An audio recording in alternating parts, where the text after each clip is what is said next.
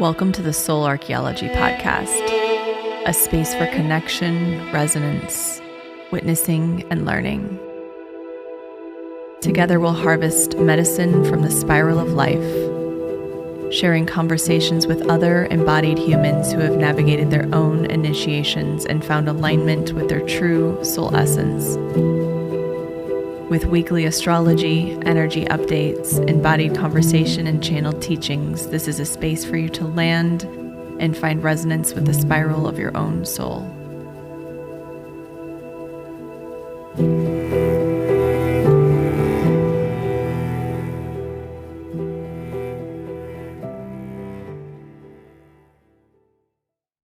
Hello and welcome back to the Soul Archaeology podcast.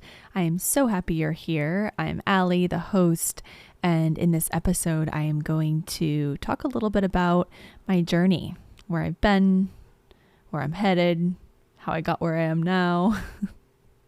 As I said in the previous episode, my goal for this podcast is to really create a remembering or a resonance within your own field, within your own body, your soul, to remember where you've been, your potential, all of the wisdom that you carry within you already that's just waiting to be activated. And that kind of ties into my journey. I was lucky enough to be raised by two incredible humans and an older sister, a younger brother who's an old soul as well. And I had a really loving family unit.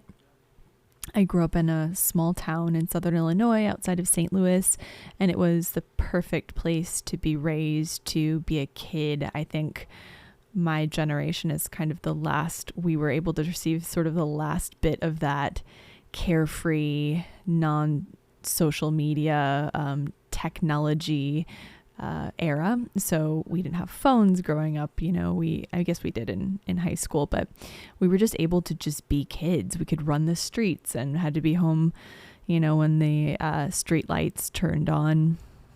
And it was just a beautiful, free upbringing. I had wonderful friends and people that I could, just hop over to their house. We literally lived at the community pool growing up during the summer.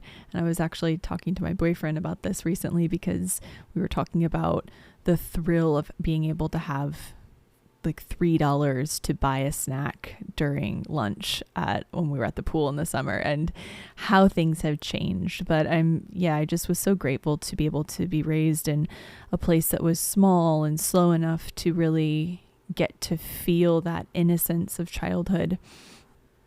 We didn't watch a lot of TV, so I was outside running, exploring, getting into trouble, busting up my knees, all the things.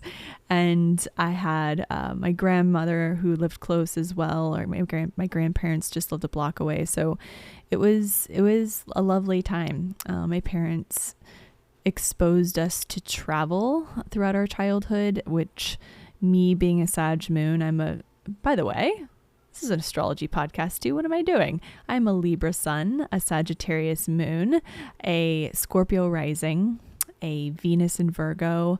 My Mars is in Aries. And both my Sun and my Mercury are in Libra in the 12th house. So it's very unique.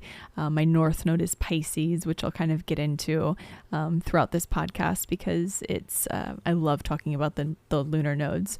But being a Sagittarius moon, I just always craved new experiences, travel, expansion. So although I loved my, hometown and felt like I received pretty much everything I needed to, as far as development and growing up, I was always craving newness, adventure, expansion, new experiences. And I felt, at certain times, I felt kind of like a fish out of water. I just felt like I didn't have the opportunity to be exposed to different cultures like I wanted to, even at a very young age. I remember one of my favorite classes was history, and I just remember even in my social studies or history classes, learning about Europe and learning about Egypt in particular. I was obsessed with Egypt, which makes a ton of sense now, knowing what I know now.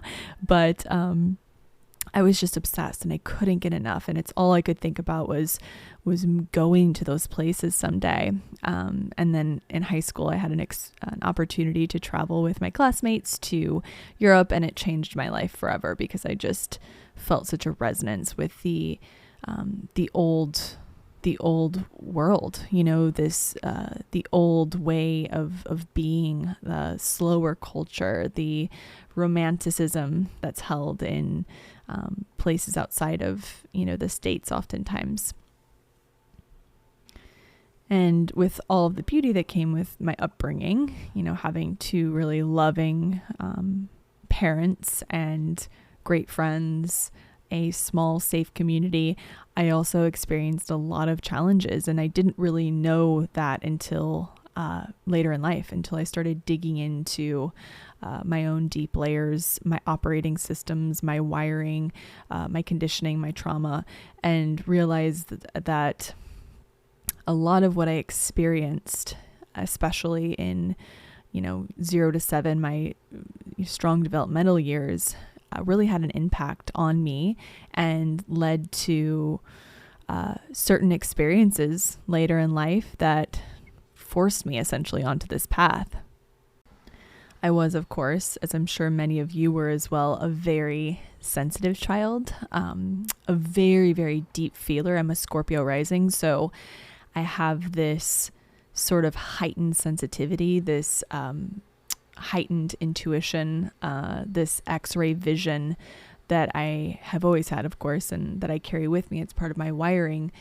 And not having necessarily the tools or the awareness or the proper support to understand what I was feeling and sensing, and how that was perhaps different than my peers were, although I'm sure there are many of them that experienced similar things as well and just didn't know it either. But I started experiencing anxiety pretty early on, and I can kind of remember a few of my, the flashbacks of just like little pieces and parts that I've been able to access through the work that I've done to heal trauma. But I had some pretty significant anxiety early on, which led to, different nervous system patterns, more of a freeze experience throughout life. And it really kicked off. I kind of split my childhood into two, and it's before the age of 6, 7, and after. I was always pretty shy, I would say. I guess, early on, my parents would not describe me as shy. I was kind of like in front of the camera and big and smiling. And my dad said I would wake up singing and sort of that, a lot of that, those Libran qualities. And then we moved to Rhode Island, so my dad could attend the Naval War College in Newport, Rhode Island. And I spent first grade there. And I could kind of, now looking back, I can kind of see that's where things started to sort of express, where my anxiety started to express. Even some layers of depression began to express at that age. And when we returned home, when I was 7, they found out I had a pretty significant scoliosis that was caused by syringomyelia and a Chiari malformation, which is a compression of the spinal cord by the skull. And so both of those obviously heavily impact a lot of the functioning in your body, but especially the nervous system. It actually blocks the cerebrospinal fluid from flowing with ease through your spinal cord, and creates a pocket called a syrinx, or the syringomyelia, right behind my heart space in my spinal cord. So I had, a lot of my symptoms, I do believe, were obviously impacted by my sensitivities. And then the physical manifestation of it through the Chiari malformation and my syringomyelia. And so it's interesting because I hadn't, I just kind of like lived through this experience without thinking too much about it, because I was always just really focusing on being quote unquote normal, being able to do the things the other kids could do. Not making myself weird or separated out from my friend group. I have big scars on my the back of my neck and down my back that I'll kind of go into that experience, but I was always self-conscious about those.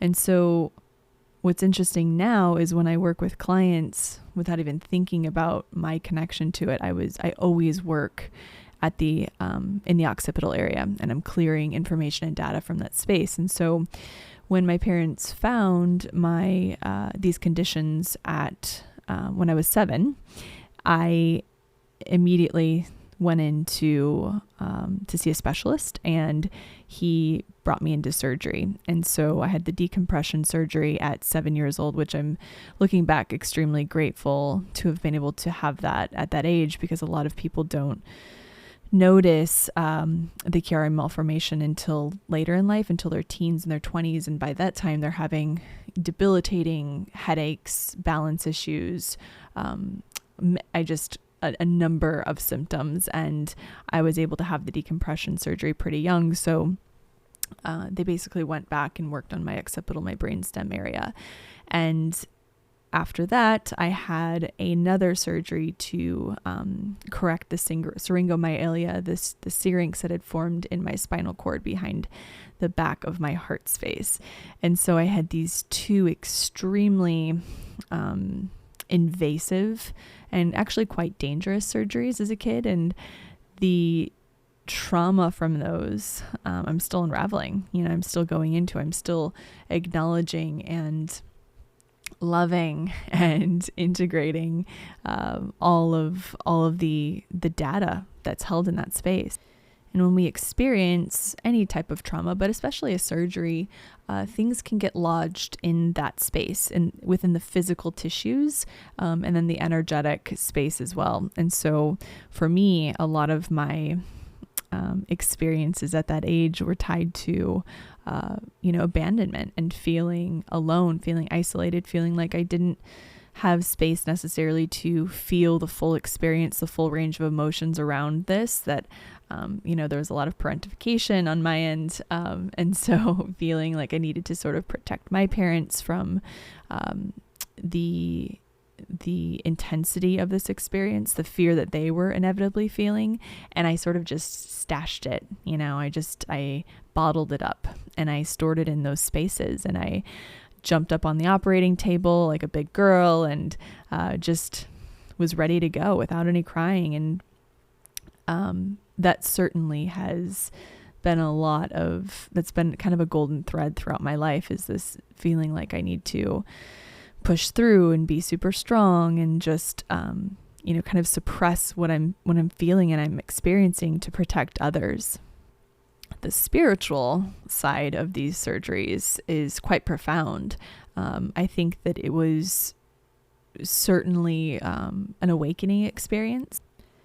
I think that all experiences we have are not by chance. I think that they are here to provide an opportunity for growth, for evolution, for excavation, for gathering medicine and wisdom from those experiences, if they are processed, if they're actually felt and experienced. And unfortunately, in our modern world, we don't have the societal structure that supports having or processing trauma in the moment. And so trauma really is just, experiencing something way too big or overwhelming or difficult, and actually storing that instead of processing it in the moment, like many animals do.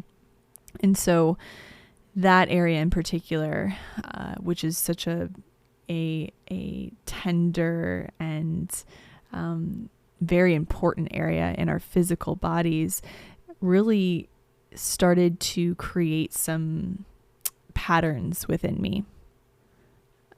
Things like self-isolation when I was overwhelmed, suppressing my emotions, which I had mentioned before, parentification, protection of others, and suppressing my own experience, the processing of my own experience in order to protect others.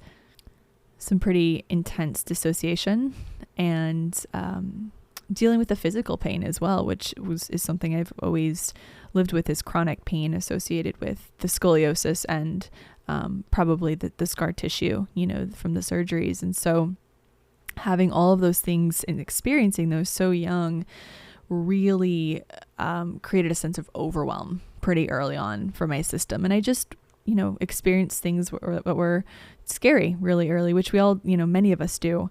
And we all are wired differently. We all are set up differently to experience and handle certain things. And for me, this physical trauma was a lot. I also had follow-ups of MRIs that I had to have regularly after the surgeries until I was 18. And those were just as traumatic, if not more traumatic, than the actual surgeries themselves, because I had to stay really still, and I was stuck in, old school MRI. So just the tube, but they didn't have open MRIs at that point. And it was just like the pounding, the jackhammer sound constantly over and over and over again. And I had so many of those, and they used the dye and just certain things that were just, looking back, really make a lot of sense as to why I developed some of the coping mechanisms and maladaptive strategies later in life. So I started my initiation pretty young, and I was, like I said, I was a very sensitive child anyway. I always felt spirit around me. I was scared to sleep by myself often because I felt so much energy always kind of pulsing around me, especially at night when I was trying to sleep. And layering on top of that, like a lot of just challenges in my family home at that point in time when I was 7 and 8. And then on top of it, the surgeries. It was just kind of a perfect storm to create some maladaptive strategies to protect myself and to cope, really. And by the time I was in high school, my body started speaking to me. I started developing, I was kind of sick often and had anxiety around school, anxiety around going to school, anxiety around going to college, a lot of chronic pain, a lot of attachment trauma with my first boyfriend, and just an intense fear of abandonment that started to show up that I couldn't quite place. But I was just, I was in my late teens and moving into college, and I just sort of deduced that it was being that age, and move through dissociated, move through in a way in full survival until I was 21 and had my first panic attack, and that cracked me open. It brought me straight back to that feeling of being completely out of control, and the fear and the complete panic really that's associated with that. And I had panic attacks throughout my 20s that really forced me to start digging, start looking into where is this originating from? How can I come back to my body? It was my early 20s that I also got my angel soulmate dog, Arlo, who is sitting next to me right now and kind of just popped up when I said his name. And for those of you that either follow me on Instagram, or if you know me, if we're connected, you know that he is just the jewel, the treasure of my life. And I got him when he was a puppy. I was 21, so I was a puppy. We were puppies together, figuring out this world, and was just really a turning point for me as well. I started realizing that there were patterns within me that were quite unhealthy. I becoming a dog parent, you learn so much, of course, about your own patterns, and becoming a parent for sure. But even a dog parent, you really start to learn what your attachment styles are, your coping mechanisms, your own stress and anxiety, because dogs mirror that so strongly. And for me, it was eye-opening, because I realized that a lot of what he was navigating and going through was just truly a direct reflection of what I was experiencing. All throughout my teens as well, I had this desire to experience more, to learn more, to expand my awareness, my consciousness, to travel especially. And I was also working in recruiting. I was working in human resources and then recruiting, and started to learn, funny enough, that we're all wired differently. And I was completely blown away and fascinated by that. I had somewhere along the way picked up this notion that we are all essentially the same and, have lived experiences, but can make decisions from sort of the same central space, and kind of lived my life in that way, which was living in a lot of judgment, judgment of others, judgment of myself, really holding people to a standard that was not necessarily, definitely wasn't fair and wasn't accurate. And so when I started utilizing different, personality tests to hire people in the recruiting process, I was blown away and so fascinated that we are all wired differently, and therefore carry different skill sets, different tools, that we're wired differently, but we also are impacted by our conditioning, by our lived experiences, by who and what we interact with throughout our lives. And so when I started studying and learning about my own wiring system and who I thought I was, I ended up realizing I was completely different than who I thought I was.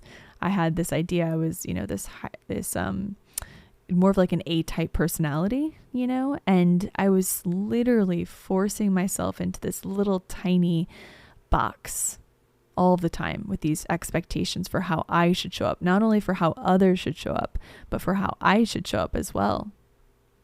And that just created so much contraction, so much gripping, so much resistance in my physical body. I started, of course, I was having the panic attacks already, but I started really having a lot of challenges within my relationship. I started dating someone at 21 who was older than me and who eventually became my husband. But it was, I was just learning how much I was resisting who I actually was. And it's sort of just these little seeds started to be planted. And now looking back, I can look at my timeline and say, okay, this is where that seed was planted. And this is where that seed was planted. But I remember in my job, we began integrating a new personality test into our recruiting process. And I, being this recruiter, which I thought was a very fitting type of job for me and who I am and my skill sets. And I was very in that business world. I had, a really good resume, and I already had some really great work experience. And I thought I was, set in this field, even though I had this whole incredibly gifted and intuitive, sensitive, creative, artistic aspect of me that I was just completely sort of cutting off and suppressing. But I did the personality test first for myself. We were all instructed to do it. And then we went through a workshop to learn about our wiring. And so I did the test and I looked at my wiring, and then I looked at the ideal candidate wiring for my position that I was in, and they were complete opposites.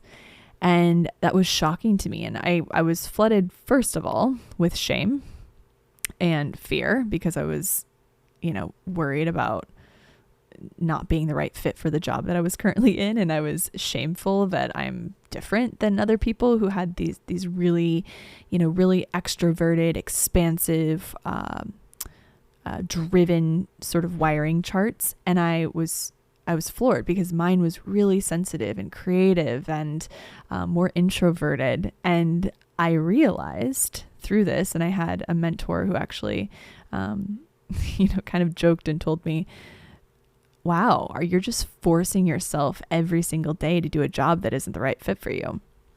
And it was true.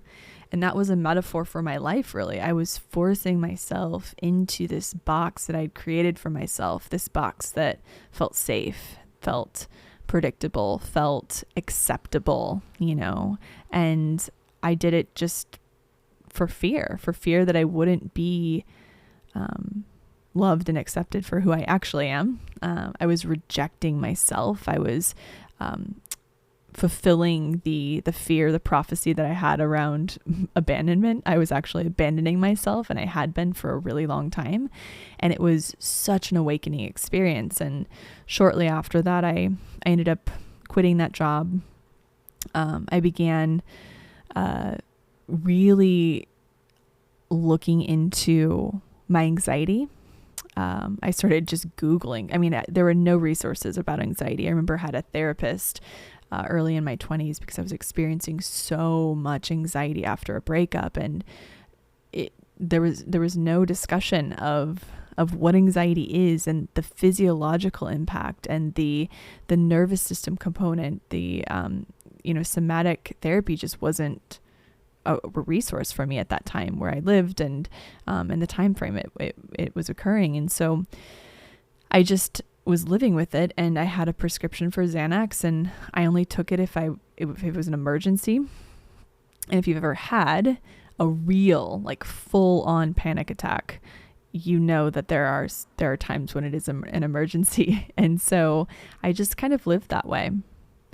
It wasn't until it started impacting my travel, being a Sag moon, you can't mess with my travel, that I really was realizing I needed to get serious and to dig deep into what was happening. So I had a panic attack on a plane, and that was just one of the worst experiences of my life. And I remember being in the bathroom and just praying and praying and praying and literally thinking that there was truly no other option but to just die in that moment, because it was so extremely overwhelming. And everything is just in complete survival and going off the charts. And so after I quit my recruiting job, and I had space to completely shut off and shut down and turn inward.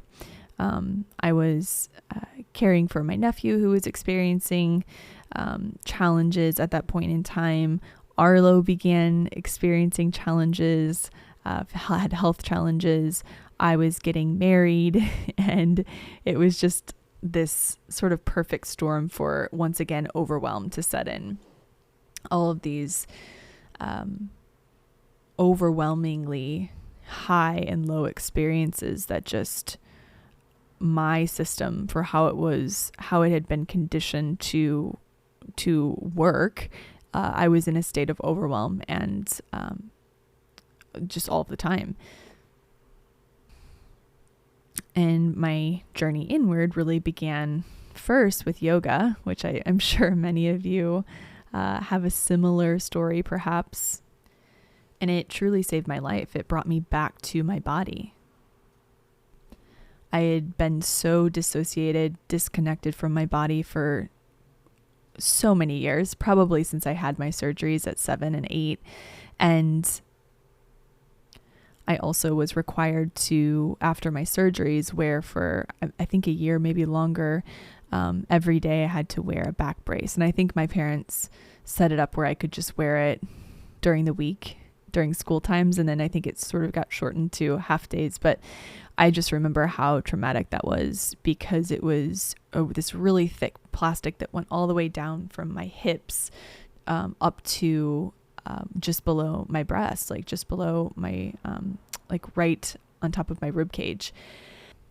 And it wasn't until my 20s when I started experiencing this gripping in my diaphragm, where my diaphragm would lock down and I couldn't get a deep breath or a full breath that would then loop into, more anxiety. Now what I know is that it's all nervous system related, that there's a gripping in your pelvic floor that leads to a gripping in your diaphragm. And you have to resort to breathing in into your chest, which kind of atrophy the muscles around your diaphragm and can lead to nervous system dysregulation, because it's sending signals that there's not enough expansion, not enough, that you're breathing strictly from your chest. And so I had quite a few physiological, mental, emotional, spiritual things coming up all at once. And I would say it was, when I was 25, 26, when my real awakening began. So 2014, 2015, I got the big wake up call to return home. And I had no idea what that meant. I kind of experienced it as basically a sort of like a nervous breakdown where I was having, these panic attacks and I couldn't stop crying. And it was just complete and utter overwhelm. It feels like, for me, it felt like the light sort of turned on and I saw my life with clarity for the first time.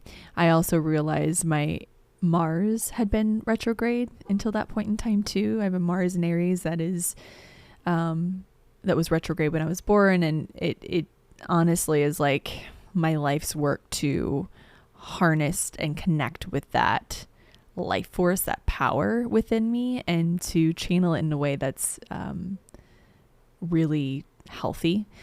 So that is the point where things just sort of turned on. I was getting married. I was going through this process of finding myself. It's such a young and moldable, sort of malleable age, and I just felt the weight of the world on me. I felt like all of my strategies, my coping mechanisms weren't working. All of the things that I had sort of met a threshold. I had met a threshold for how much I could suppress and how much I could avoid, and that I couldn't continue running from it, that I had to find ways to return home. So, like I said, yoga was incredible because it slowed everything down. When you're dissociated, time just flies. Like, hours can go by and you don't, know what you've been doing or where you've been. I was just running through life. I was keeping myself busy. I was filling the void. I was coping with, alcohol and staying out too late and shopping, anything that would sort of that would keep me out of the depths of myself that I knew I had to go into. And it hit a certain point in 2016. I was in Greece and we were staying on a boat. We were on a boat for a week and life just stopped. Everything slowed down. I was able to finally land for the first time. And I realized once I landed that the life I had been living was so out of alignment with who I was at my core. I felt for the first time my real longings, passions, interests activate within me. My life force started to turn back on. And even when you look at my physical traumas and through the spiritual lens, the cerebrospinal fluid, which was stagnant because it was being blocked and then trapped in certain areas, is our life force. It quite literally lubricates and protects the brain and the spinal cord from injury, but it also is essential to its functioning is essential to the central nervous system. And I've actually heard somewhere at some point in time, maybe in with a cranial sacral therapist, that it carries the wisdom of the soul through your body. And so just the symbolic nature of my cerebrospinal fluid being blocked or trapped in certain areas meant my life force was literally trapped. The flow of my life force and energy through my body was being trapped in certain areas, was being restricted, and there was gripping there. And I felt that throughout my whole life. And so the release of that, the surrender, the allowing, the opening, the softening process was essential. And it's where I landed in 2016, more probably 15, but really landed in 2016. And I started with a therapist, and I remember she asked me a question. She said, you have to figure out what makes you different. And that from that point on, it was like this treasure hunt. And I felt my awakening in 2015 was terrifying because it felt like everything I knew all of a sudden dissolved.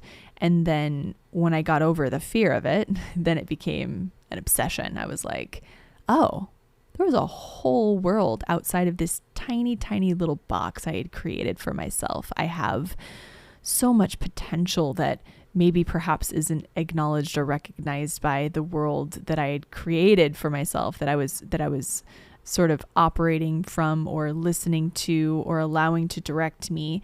But it's incredibly impactful for living my truest and most authentic self into my full potential. The expansion that I experienced by my awakening was like food for my soul. I felt like truly like a whole world opened up. Things finally made sense to me. I had always kind of struggled with, like I said, with even psychology or with even religion and trying to figure out why we're here. I had a reading. I've had many different readings throughout my life that I just adore and love, but one of them was an astrology reading, and it was in 2017, I believe, or 2018. But I remember he said, if you are literally set up to read the subconscious. You are set up to utilize your X-ray vision to help people. And if you don't step into this work, you are going to implode. And at that point, I felt like I was imploding. And I felt like there was a piece missing. Like I had never felt connected to my work.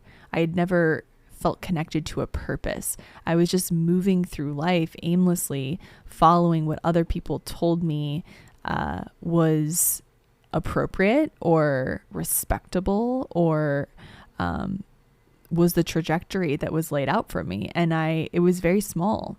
It was very small compared to how I'm living now and what I eventually moved into. But it took a lot of time and effort to break down the walls that I had created for myself, so that I could fully expand into my fullness, into my humanness. And another reading I had, someone told me that, I'm a very, very old soul, very evolved soul that is experiencing this lifetime. It's one of my last lifetimes. And so that kind of kickstarted something within me too. I was like, oh, I better get this right. If I'm nearing the end, this is a big deal, and it's funny, but those little things that drop in, those little signs or signals or nuggets of data information can create such a ripple effect. It was also funny because when I had this awakening moment, I was in Greece, which is if you know me, it's my happy place. It's where my Venus line runs, and it runs straight through Greece, and it's truly where I feel most at home. I feel most alive. I feel activated. I feel like my life force is energetically pulsing through me. And that's, of course, where I had my awakening as well. And I am a Venusian too. So it was like, it just activated the Venusian within me. I came home from that and started really looking at my life, the structures I had built, the very safe sort of, the tunnel vision I was living in, the ways in which I'd created a very safe but very restrictive life for myself that I didn't feel like I could fully expand. I couldn't activate my wings. I couldn't taste what I wanted to. And that's when I started really taking inventory and dissolving a lot of those structures, which was a very painstaking process, which I'm sure many of you have experienced as well. But this is actually where I'd like to stop for this episode, because It's getting a little long, and this is a 2-part episode, so I will be finishing my journey story in the next episode. I just want to take a moment to thank you again so much for being here. This is it's just the beginning of such an incredible new chapter, an incredible journey. Spirit has showed me many times why starting this podcast is important, where things are headed, and I'm just happy to be here, and I'm grateful that you're here too. So to honor you and to thank you for your support, for your presence, I am doing a giveaway to celebrate the launch of the Soul Archaeology podcast, and I'm giving away a goodie basket of some of my favorite things, essentially some wellness items, some skincare items, just things that I love and adore. And I am also giving away a one-on-one session, either astrology or a quantum healing session, and I'm so excited for that as well. All you have to do is subscribe on either iTunes or Spotify, rate and review the podcast, and post to social media, tag me. Super excited for that. And I'm so grateful once again that you're here. I hope you've enjoyed this part 1 of my journey. I will be back in the next episode for part 2. And I'm talking a lot about myself, so this is a little uncomfortable, but it's really important because it's kind of the foundations for this podcast, is sharing the stories of embodied humans who have walked the path and who have been dedicated travelers along the spiral of life back towards their center, their authentic self. So thank you for being here. Have a beautiful day, and I will talk to you soon.